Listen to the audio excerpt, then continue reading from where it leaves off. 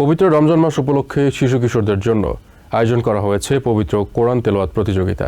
তবে এবার নিউ ইয়র্কের কুইন্সের একটি পার্টি হলে এই আয়োজনে অংশ নিয়েছে শিশু কিশোরদের পরিবারবর্গ, বাংলাদেশি আমেরিকান কমিউনিটি নেতৃবৃন্দ ও নির্বাচিত জনপ্রতিনিধিরা। এই আয়োজনের মাধ্যমে পবিত্র কোরআনের শান্তির বাণী শিশুরা হৃদয়ে আত্মস্থ করার মধ্য দিয়ে সুনাগরিক হয়ে গড়ে উঠবেন বলে মনে করেন অনুষ্ঠানে আসা অতিথিরা।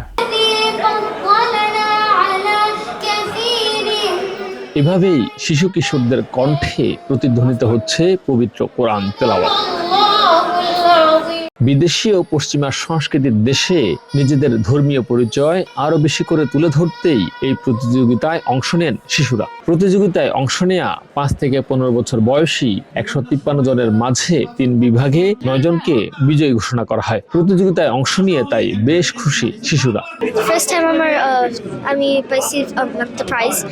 আমি অনেক ভালো লাগতেছে, কিন্তু আমি অনেক নার্ভাস ছিলাম। I feel good because I won and today they'll give iftar. It's because I won first place and alhamdulillah I did good and my parents are happy.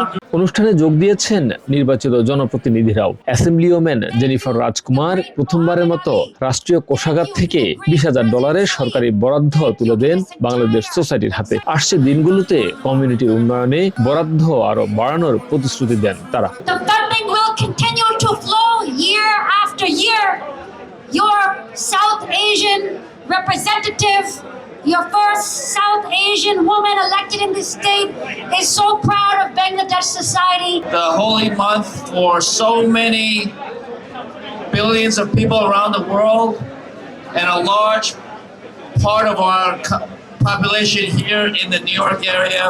New ইয়র্কে বাংলাদেশি আমেরিকানদের সবচেয়ে বড় সংগঠন বাংলাদেশ সোসাইটি শিশুদেরকে কোরআনের মর্মবাণী আত্মস্থ করাতেই এবং উৎসাহ বাড়াতেই এই আয়োজন করেছে সংগঠনটি।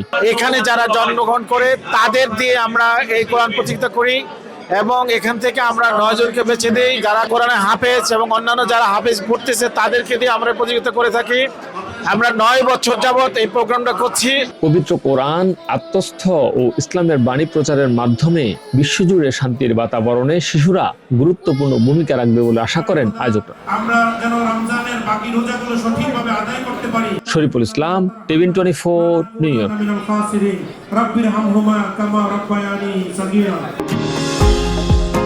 নিউ ইয়র্ক থেকে সম্প্রচারিত টিভিএন 24 টেলিভিশন বিশ্বজুড়ে বাঙালির কণ্ঠস্বর।